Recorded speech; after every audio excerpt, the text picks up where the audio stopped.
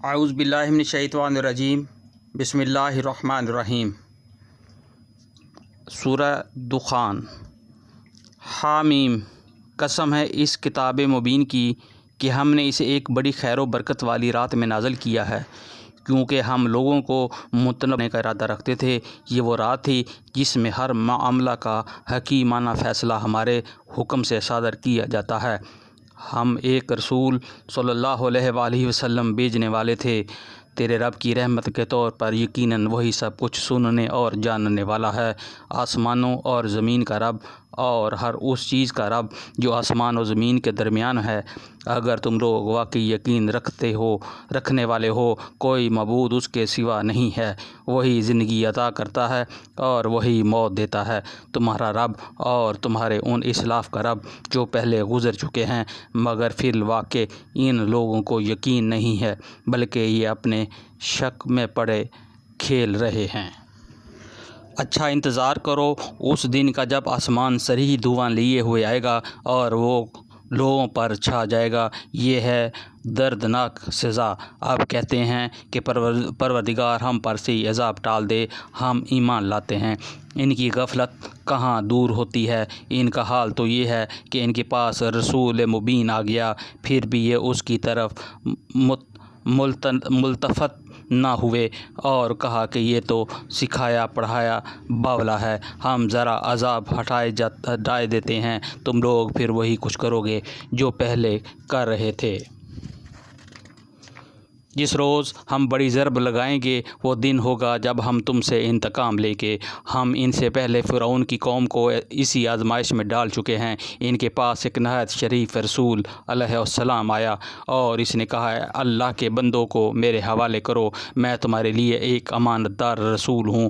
اللہ کے مقابلے میں سرکشی نہ کرو، میں تمہارے سامنے اپنی ماموریت صریح سند پیش کرتا ہوں، اور میں اپنے رب اور تمہارے رب کی پناہ لے چکا ہوں اس سے کہ تم مجھ پر حملہ آور ہو۔ اگر تم میری بات نہیں مانتے تو مجھ پر ہاتھ ڈالنے سے باز رہو۔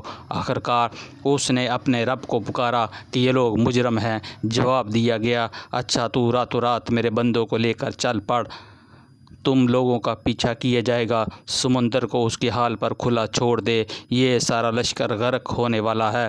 کتنے ہی باغ اور چشمے اور کھیت اور شاندار محل تھے جو وہ چھوڑ گئے، کتنے ہی عیش کے سر و سامان جن میں وہ مزے کر رہے تھے ان کے پیچھے دھرے کے دھرے رہ گئے۔ یہ ہوا ان کا انجام، اور ہم نے دوسروں کو ان چیزوں کا وارث بنا دیا۔ پھر نہ آسمان ان پر رویا، نہ زمین، اور ذرا سی مہلت بھی ان کو نہ دی گئی۔ اس طرح بنی اسرائیل کو ہم نے سخت ذلت کے عذاب فرعون سے نجات دی، جو حد سے گزر جانے والوں میں فی الواقع بڑے اونچے درجے کا آدمی تھا، اور ان کی حالت جانتے ہوئے ان کی دنیا کی دوسری قوموں پر ترجیح دی اور انہیں ایسی نشانیاں دکھائیں جن میں صریح آزمائش تھی۔ یہ لوگ کہتے ہیں، ہماری پہلی موت کے سوا اور کچھ نہیں، اس کے بعد ہم دوبارہ اٹھائے جانے والے نہیں ہیں۔ اگر تم سچے ہو تو اٹھا لاؤ اب ہمارے باپ دادا کو، یہ بہترین یا تباہ کی قوم اور اس سے پہلے کے لوگ، ہم نے ان کو اسی بنا پر تباہ کیا کہ وہ مجرم ہو گئے تھے۔ یہ آسمان و زمین اور ان کے درمیان کی چیزیں ہم نے کچھ کھیل کے طور پر نہیں بنائی ہیں، ان کو ہم نے برحق پیدا کیا ہے، مگر ان میں سے اکثر لوگ جانتے نہیں ہیں۔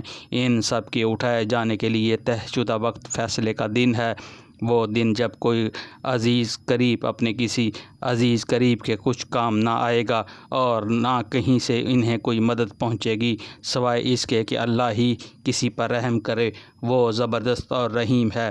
زقوم کا درخت گنہگار کا کھا جا ہوگا، تیل کے تل چھٹ جیسا پیٹ میں وہ اس طرح جوش کھائے گا جیسے کھولتا ہوا پانی جوش کھاتا ہے۔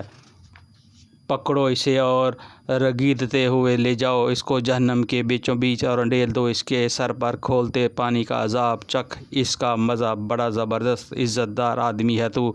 یہ وہی چیز ہے جس کے آنے میں تم لوگ شک رکھتے تھے۔